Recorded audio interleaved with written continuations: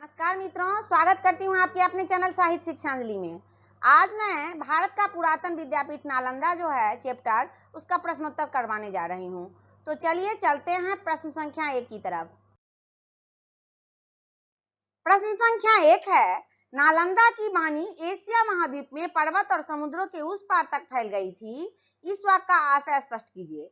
तो यहाँ पर आशय स्पष्ट करने के लिए कहा जा रहा है। तो सभी जानते हैं कि नालंदा में ज्ञान साधना के सुरभित पुष्प खिले हुए थे। एशिया महाद्वीप के विस्तृत भूभाग में विद्या संबंधी सूत्र भी उसके साथ जुड़े हुए थे। ज्ञान के क्षेत्र में देश और जातियों के भेद लुप्त हो जाते हैं। ज्ञान के क्षेत्र में कोई भेदभाव नहीं होता। इन्हीं सब कारणों के कारण उपयुक्त बातें कही गई है यहाँ। प्रश्न संख्या 2 है, मगध की प्राचीन राजधानी का नाम क्या था और कहाँ अवस्थित थी? तो मगध की प्राचीन राजधानी का नाम राजगृह था और वह 5 पर्वतों के मध्य में बसी हुई थी।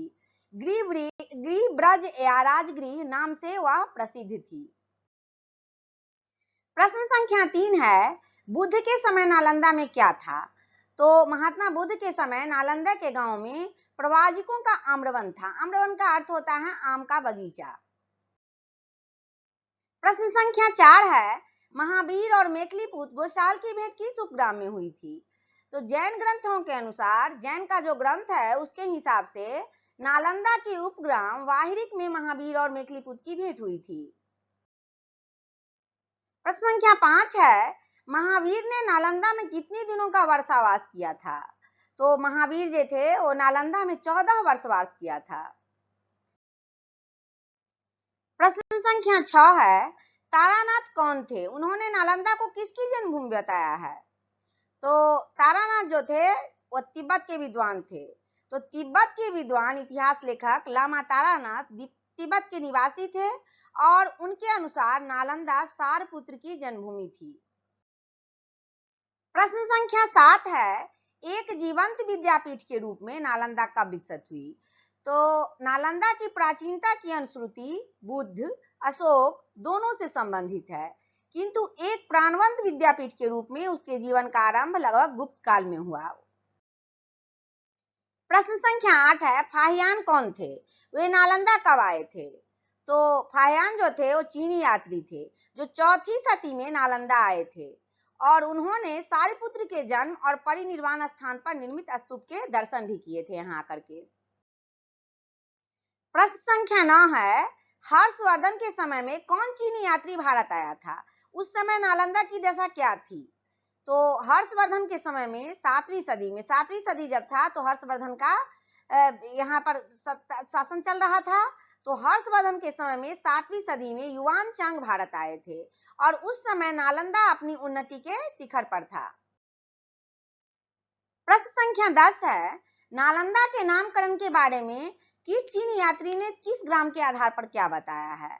तो नालंदा का नामकरण के बारे में चीनी यात्री युआन चांग ने जातक कहानी के आधार पर यह बताया है कि नालंदा का यह नाम इसलिए पड़ा कि यहाँ अपने पूर्व जन्म में उत्पन्न भगवान बुद्ध की तृप्ति नहीं होती थी। प्रश्न संख्या 11 है, नालंदा विश्वविद्यालय का जन्म कैसे हुआ? यहाँ पूछा जा रहा है कि नालंदा विश्वविद्यालय का जन्म कैसे हुआ?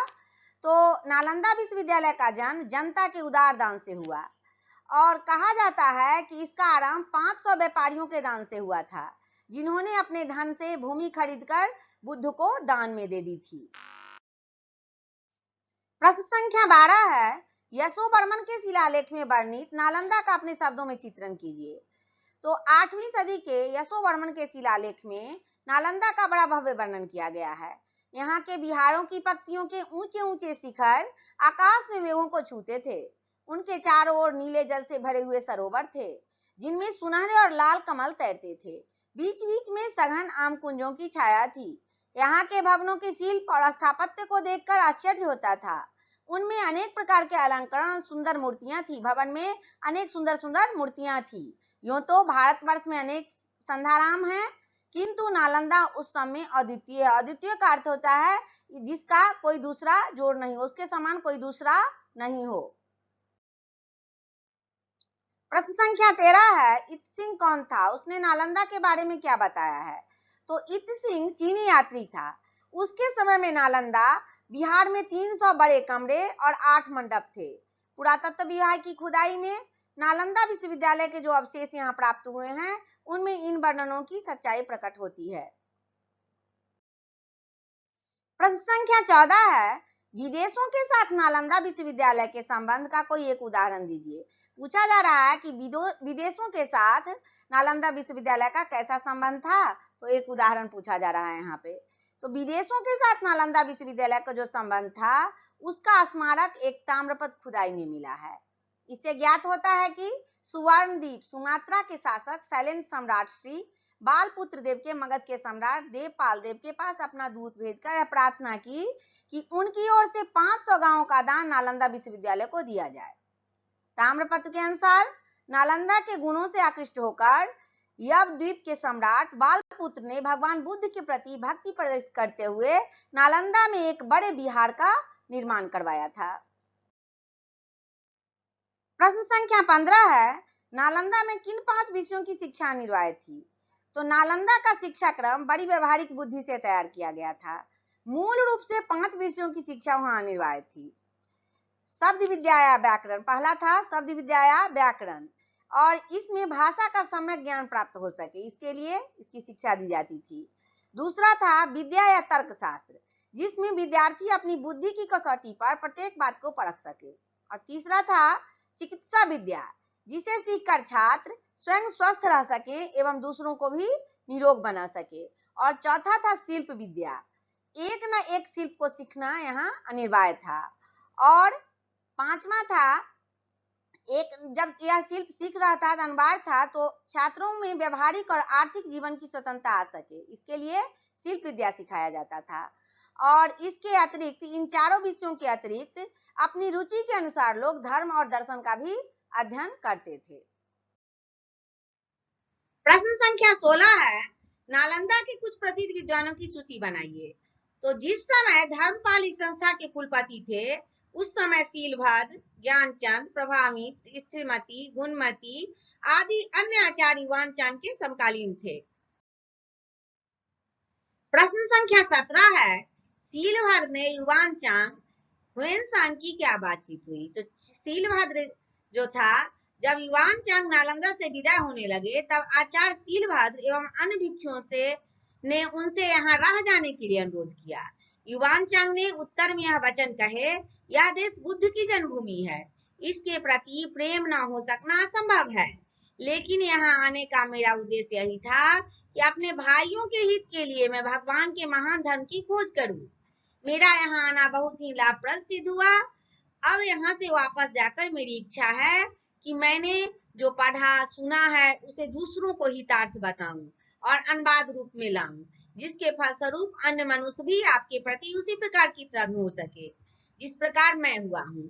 इस उत्तर से शीलभद्र को बड़ी प्रसन्नता हुई और उन्होंने यह उदात्त विचार तो बोधिसत्वों जैसे है, मेरा हृदय भी तुम्हारी सदाशाओं का समर्थन करता है।